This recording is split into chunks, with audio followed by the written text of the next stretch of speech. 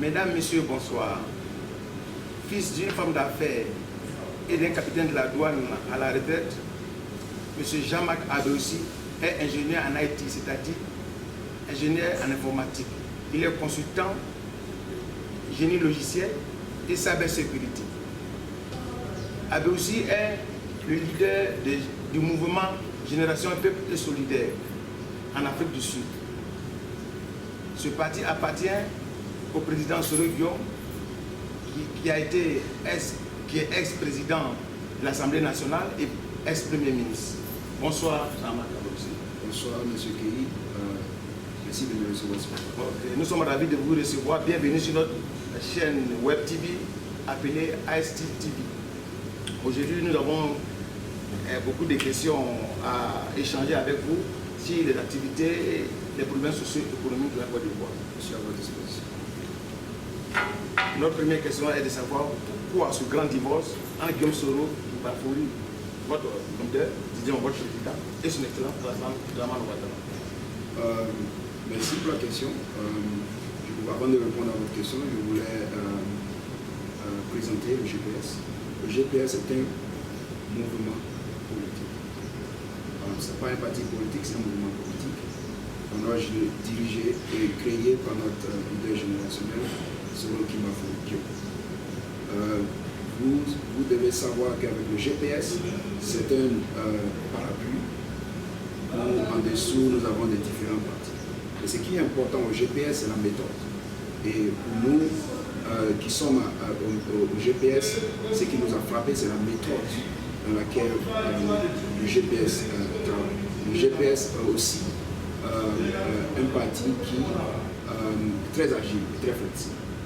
Nous ne sommes pas les grosses machines politiques qui sont très lourdes dans leur prise de décision et dans leur flexibilité.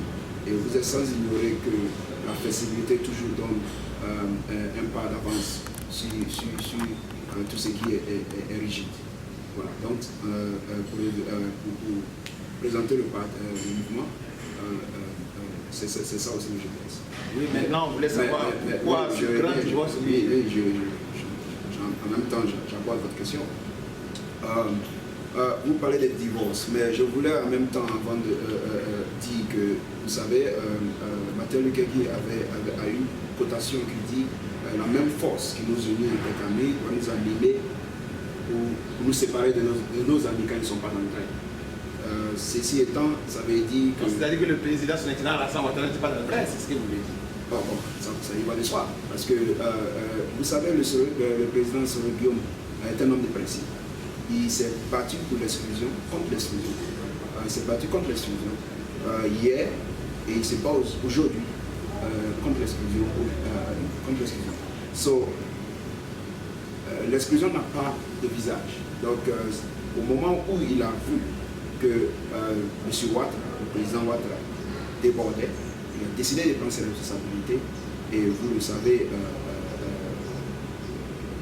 il a remis le tabouret pour aller chercher le fauteuil présidentiel. Et dans ce plan-là, nous le supportons et nous sommes à 300% avec lui.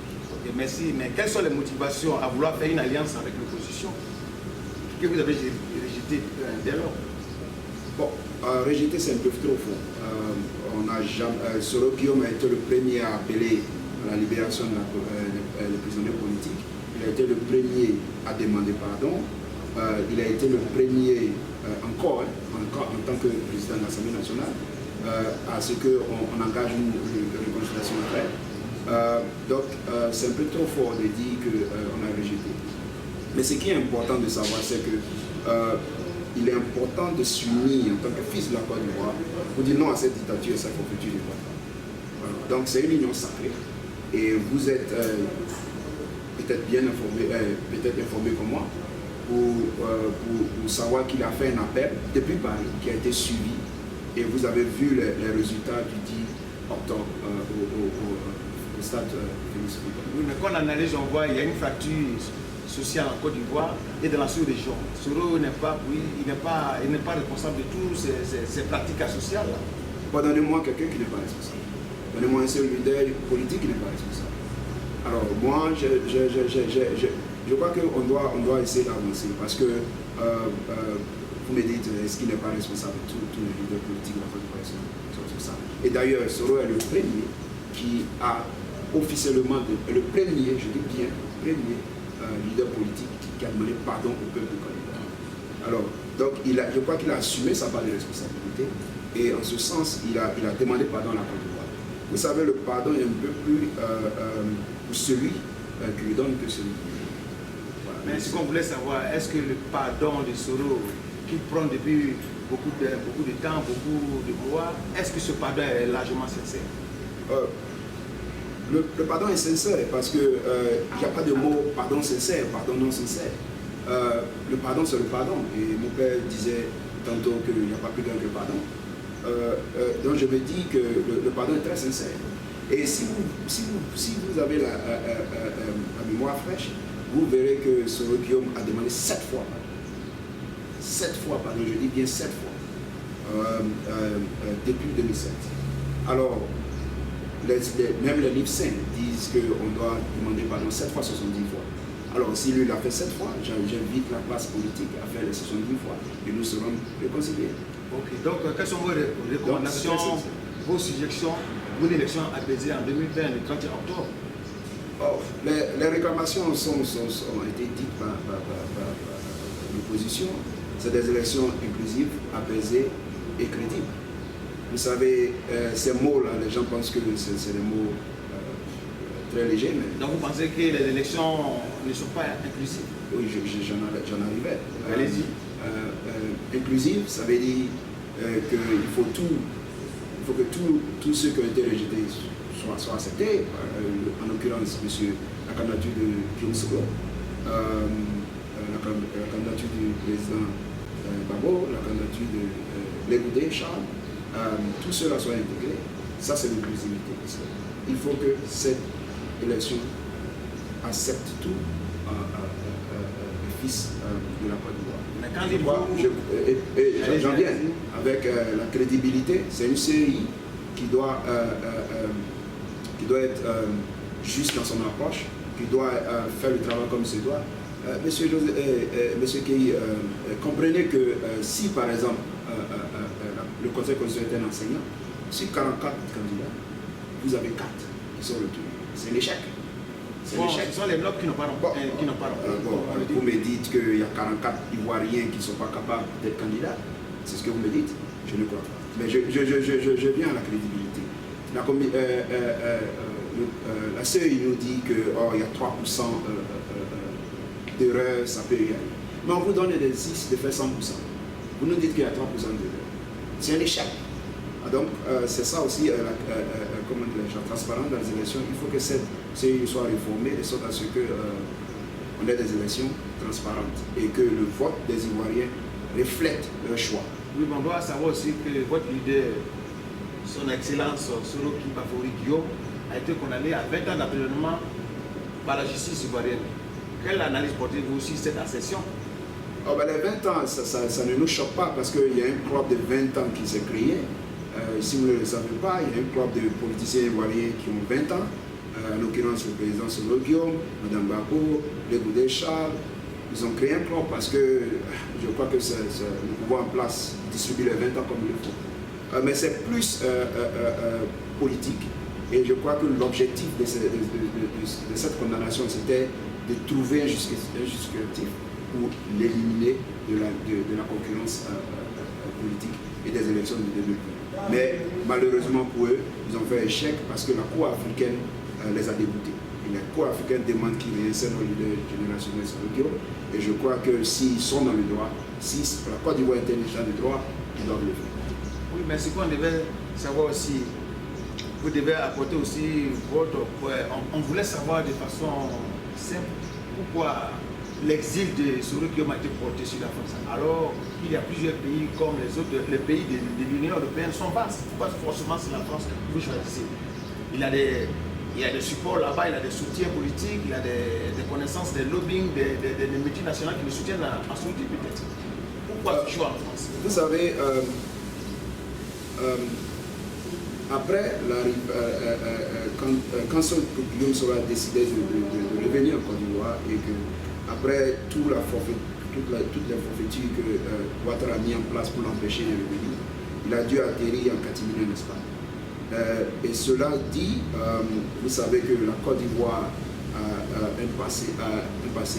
une histoire avec la France, qui sont des liens très forts. Donc il a décidé de prendre résidence en France.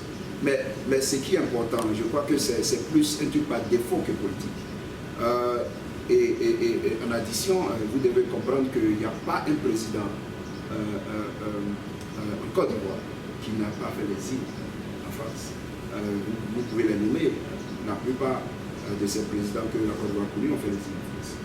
Pour nous, cet exil-là est momentané et ça nous réconforte même dans notre position parce que se prépare pour le fauteuil politique. Oui, mais on doit savoir que la Côte d'Ivoire est largement fragile actuellement. Il y a beaucoup de soubresauts, il y a beaucoup d'anarchie au niveau de la population, du peuple ivoirien qui se révolte de part et d'autre dans les différents contrées du territoire ivoirien. En tant que leader en Afrique australe, précisément en Afrique du Sud, quelles sont vos solutions pour que le dialogue soit primordial en Côte d'Ivoire? Les solutions, elles ont été déjà proposées par l'opposition tout entière. Nous, en tant que GPS, Génération et Peuple Solidaire en Afrique du Sud, nous suivons le mot d'ordre du mouvement qui est en symbiose avec le mot d'ordre de toute l'opposition, qui est la désobéissance civile. Et cette obéissance civile se manifeste dans plusieurs actes. Pour votre information, le 16 octobre, ce vendredi, nous faisons une marche devant l'ambassade et elle commence devant la présidence sud-africaine qui est l'Union Building. Vous avez eu l'autorisation? Oui, effectivement, nous sommes des responsables. On va pas s'aventurer. Nous sommes des responsables. On va pas s'aventurer. Oui, bien sûr. On ne va pas s'aventurer dans des démarches qui ne sont pas justifiées. Vous avez informé aussi votre ambassade? Oui, on va leur faire parvenir un courrier, je crois, demain, pour qu'ils s'apprêtent. Mais c'est un shutdown, comme l'anglais le dit.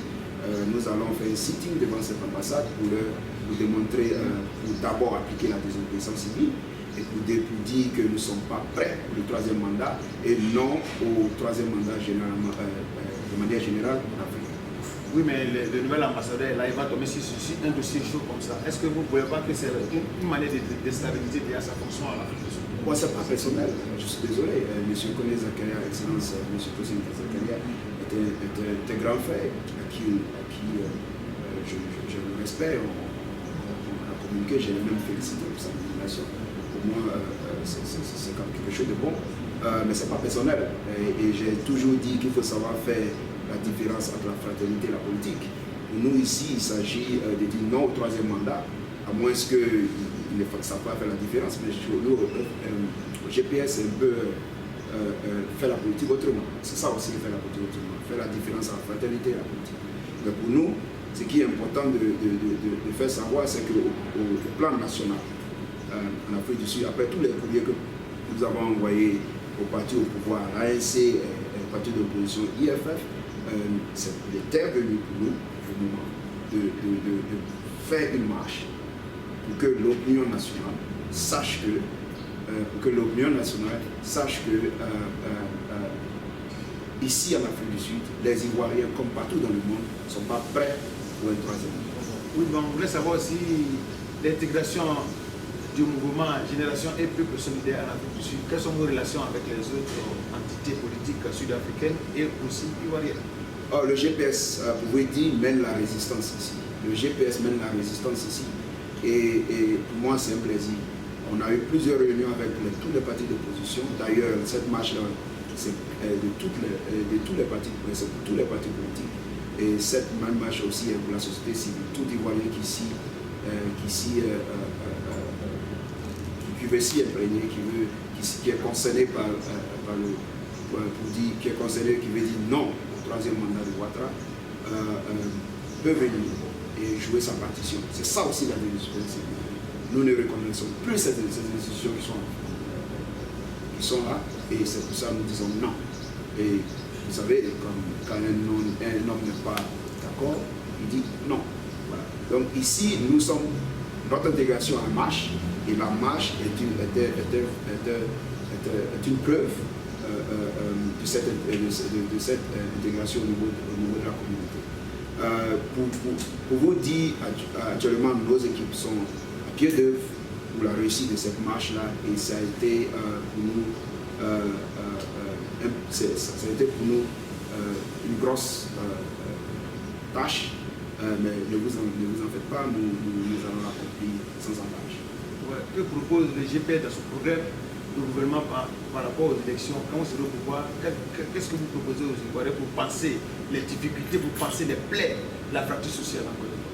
Je vous ai dit d'emblée que le GPS est un parti qui a la méthode.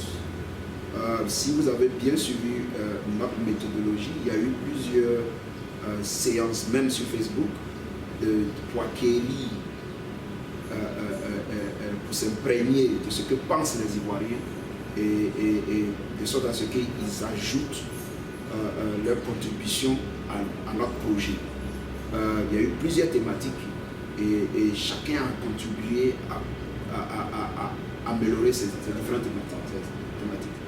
Mais ce qui est important de savoir, c'est que le GPS a un projet, un bon projet de société. Et je crois que quand les conditions seront réunies pour des élections libres et apaisées, vous verrez le GPS dérouler le rouleau compresseur et vous serez, je vous dis, vous serez convaincus.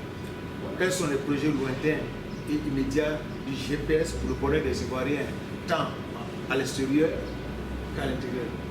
Immédiat, le président Guillaume Soronon, le leader générationnel, a dit c'est la réconciliation. C'est sans la réconciliation, tout ce que vous faites ne peut pas réussir. Donc d'abord, l'immédiat, c'est la réconciliation. En deux, il a dit qu'il ne va pas promettre 12 000 milliards, il n'est pas un super homme. On sait aujourd'hui, hein, les 12 000 milliards, on sait les gens avec les gros diplômes qui ont travaillé au FMI, on voit un peu la dictature qui est en place. Donc il a dit que ça passe sa méthode, et sa méthode c'est plus aux Ivoiriens de dire qu'est-ce qu'il faut, comment on doit faire, de sorte à ce qu'on renouvelle cette Côte d'Ivoire. Donc c'est ça, l'objectif immédiat, c'est la réconciliation, le lointain, c'est le développement de la Côte d'Ivoire. Ok, mesdames et messieurs, nous étions sur le plateau d'AS TV, animé ce soir par vos serviteurs habituels. Nous avons reçu M. Jean-Marc Abeossi, qui est ingénieur en informatique et en génie logiciel. Nous sommes au terme de notre mission. Nous avons à la réalisation Guida, on l'appelle communément Guila, Martial Aumont, Maxime Nekpeli, Mathieu Collant. Bonsoir depuis South Africa. Merci.